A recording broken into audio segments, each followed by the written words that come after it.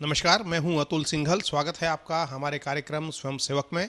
साथियों, आज इस कार्यक्रम में हम बात करेंगे स्वदेशी जागरण मंच की और हमारे साथ चर्चा के लिए मौजूद हैं स्वदेशी जागरण मंच के राष्ट्रीय संगठन मंत्री श्री कश्मीरी लाल जी। स्वदेशी जागरण मंच पिछले 3 दशक से स्वदेशी और स्वावलंबन का अभियान चला रहा है।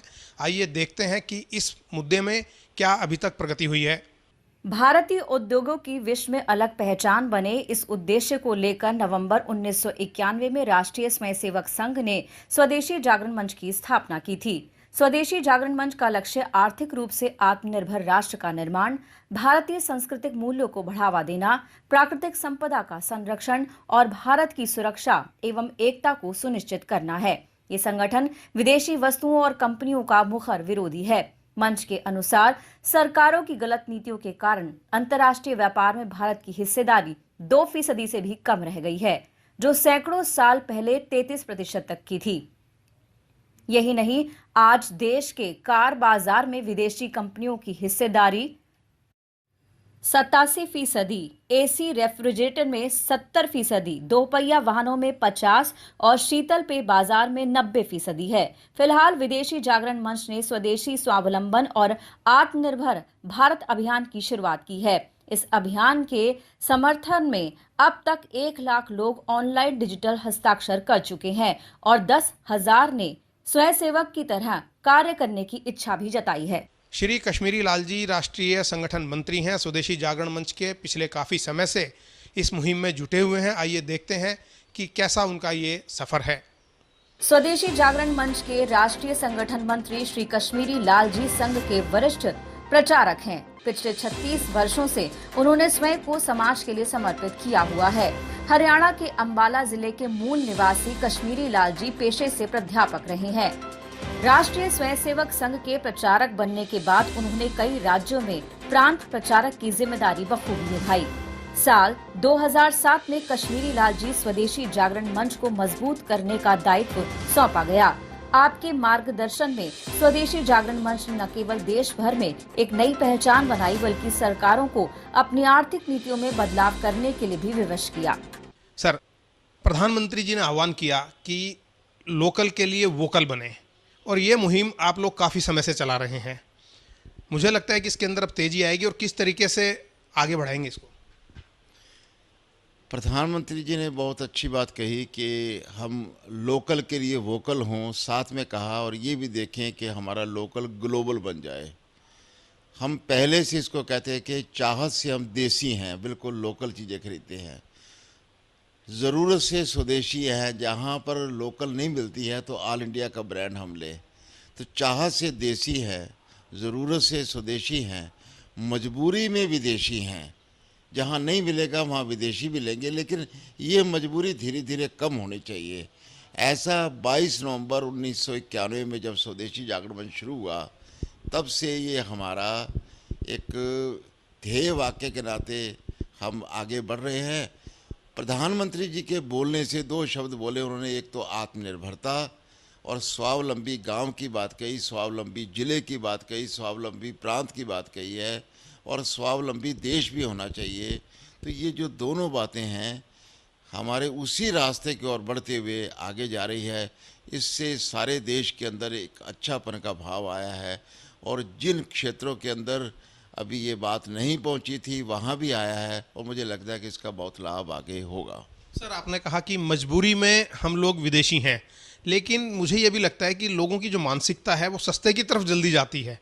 चाइनीज़ जो सामान है वो इसलिए यहाँ पर ज़्यादा बिकता है क्योंकि वो सस्ता है और हिंदुस्तान का जो प्रोडक्ट है वो काफ़ी महंगे हैं।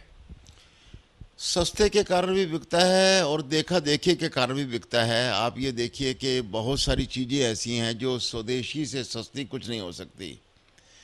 आजकल देखिए कोरोना है तो कोरोना के लिए सब लोग कह रहे हैं काढ़ा होना चाहिए, उसमें गिलोय होनी चाहिए, उसमें तुलसी होनी चाहिए, उसमें एलोवेरा होना चाहिए।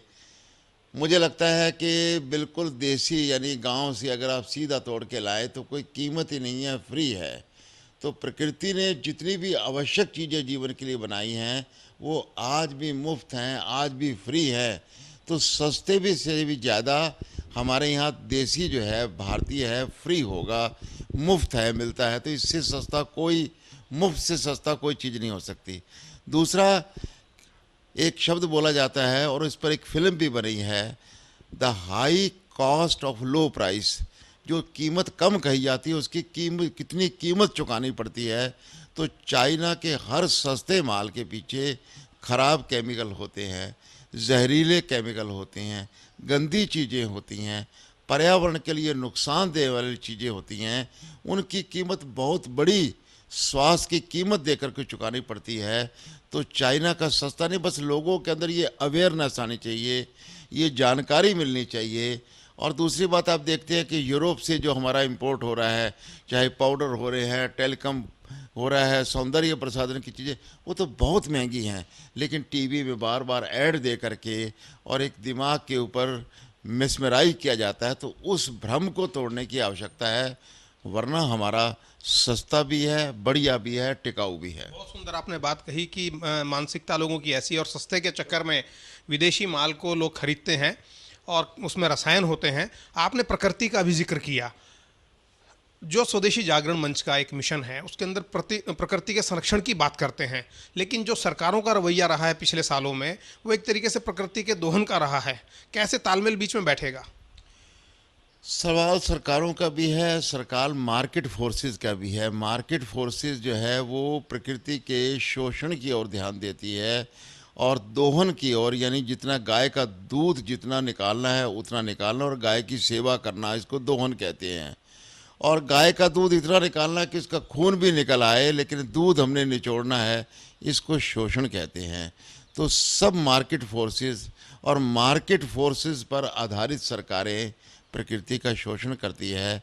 हमारे यहाँ पर इसीलिए प्रकृति को माता कहा गया है और गंगा को माता कहा गया है, पीपल को हम पूजा करते हैं, तुलसी को माता कहा गया है। तो ये सब चीज़ों के साथ हमारा पारिवारिक रिश्ता था, उस रिश्ते को दोबारा खड़ा करेंगे तो प्रकृति का शोषण नहीं होगा। और इस समय दिख भी रहा है, कोरोना के कारण चाहे मजबूरी में कहे, प्रकृति अपना स्थान ले रही है।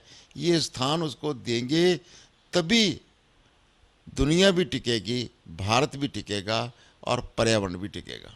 कश्मीरलाल जी, इसमें एक चीज़ और है, जैसे जब हम बात करते हैं विदेशी पूंजी निवेश की, तो वो जब कंपनियां आती हैं, विदेशी निवेश यहाँ पर होता है हिंदुस्तान में, तो वो भी कहीं ना कहीं प्रकृति का दोहन करते हैं और उसको रोक पाना बड़ा मुश्किल है। सरकार के लिए एक चुनौती भी है, लेकिन अगर इरादा पक्का हो तो ये काम रोका भी जा सकता है और उसी की आवश्यकता है। विदेशी कंपनियां आएँ उसकी बजाय भारत की कंपनियां ही भारत में काम करें, जिसको मेक इन इंडिया कहते हैं।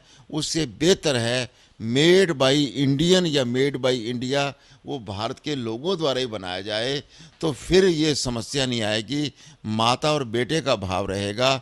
और जो विदेशी हम मजबूरी में मंगाते भी हैं, धीरे धीरे टेक्निक उनसे ली जाए और टेक्निक के कारण से भारत के अंदर वो उत्पादन होना शुरू हो जाए। इसलिए जो आज विदेशी है, धीरे धीरे हम स्वदेशी बनाना शुरू करें।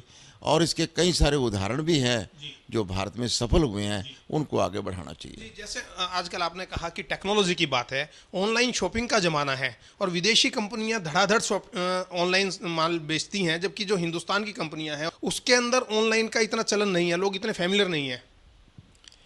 ऐसा कि हम ई कॉमर्स ना हो ऐसा नहीं कहते हैं। आज के ज़माने में जैसे कोरोना के अंदर भी देखा है कि घर में सप्लाई हो जाए तो आसानी रहती है, ई कॉमर्स तो रहेगा। ये विदेशी कंपनियों को भारत में रिटेल के अंदर इजाज़त ही नहीं है। जो कुछ हो रहा है वो कानूनी रूप से गलत हो रहा है। बार बार सरकार कानून बनाती है लेकिन किसी न किसी प्रकार से वो उससे बाहर निकल जाते हैं।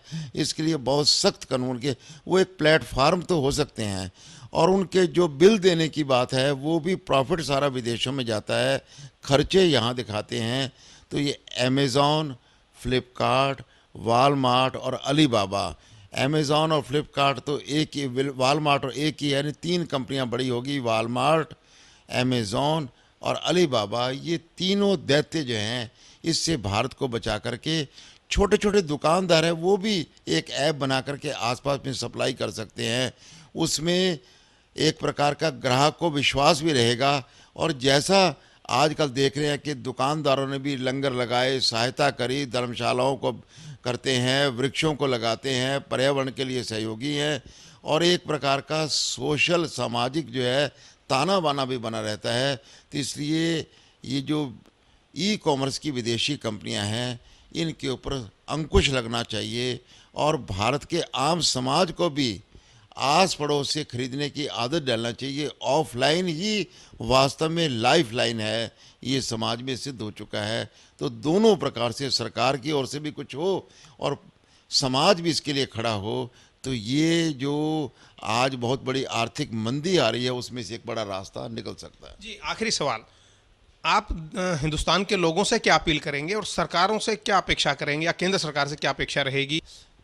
सरकार को भी कानूनों के अंदर अच्छे ढंग से परिवर्तन करना चाहिए ताकि विदेशी कंपनियां हमारे देश को लूट न सकें, वरना एक ईस्ट इंडिया कंपनी आई थी, उसका हाल हम देख रहे हैं कि किस प्रकार की हमको 200 साल गुलामी भुगतनी पड़ी और आज तो हजारों कंपनियां इस प्रकार से आ रही हैं।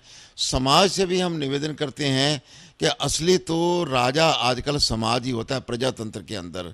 वो जैसा सरकार चुनना चाहता है वैसी सरकार आती है और वैसी नीतियां बनती हैं। और एक हम सबसे समाज से अपील कर रहे हैं, हमारा एक इस बार हमने इस सारी परिस्थिति को आंकते हुए अर्थव्यवस्था जो पटरी से उतरी है उसको दोबारा खड़ा करने के लिए हमने एक अभियान चलाया, उसका नाम है स्वदेशी स्वावलंबन अभियान। स्वावलंबन मैंने आत्मनिर्भरी है और हम क्यों नहीं उसके अंदर पहला स्टेप लिया है स्वदेशी भाव का जागरण के लिए और हम लोगों से ऑनलाइन डिजिटल हस्ताक्षर के लिए कह रहे हैं।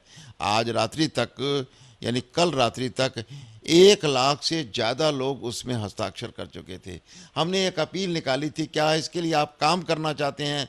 तो लगभग 10,000 लोगों ने वॉलंटियर बन करके इसमें काम करना शुरू किया है। अगर ये भावना जगेगी तो जैसा कभी लाल बाल पाल ने 1905 के अंदर बंग भंग आंदोलन चला करके अंग्रेज़ों को मजबूर किया था कि वो भारत को से ये विभाजन को रोकें, जैसा महात्मा गांधी जी ने, वीर सावरकर जी ने विदेशी कपड़ों की होली जला करके और बाबू गेरे ने अपना बलिदान दे करके स्वदेशी को जनता तक पहुंचाया था, आज जनता को फिर एक ऐसे आंदोलन की ज़रूरत है। सरकार का भी रोल है, बड़ा रोल है, पर बहुत बड़ा रोल समाज का है और समाज अगर चाहेगा बेरोजगारी की समस्या भी खत्म हो जाएगी, पर्यावरण की समस्या भी खत्म हो जाएगी। ये जो रिवर्स माइग्रेशन हो रहा है, गांव के और लोग जा रहे हैं, ये वहीं का वहीं टिकेंगे और उनको रोजगार मिलेगा।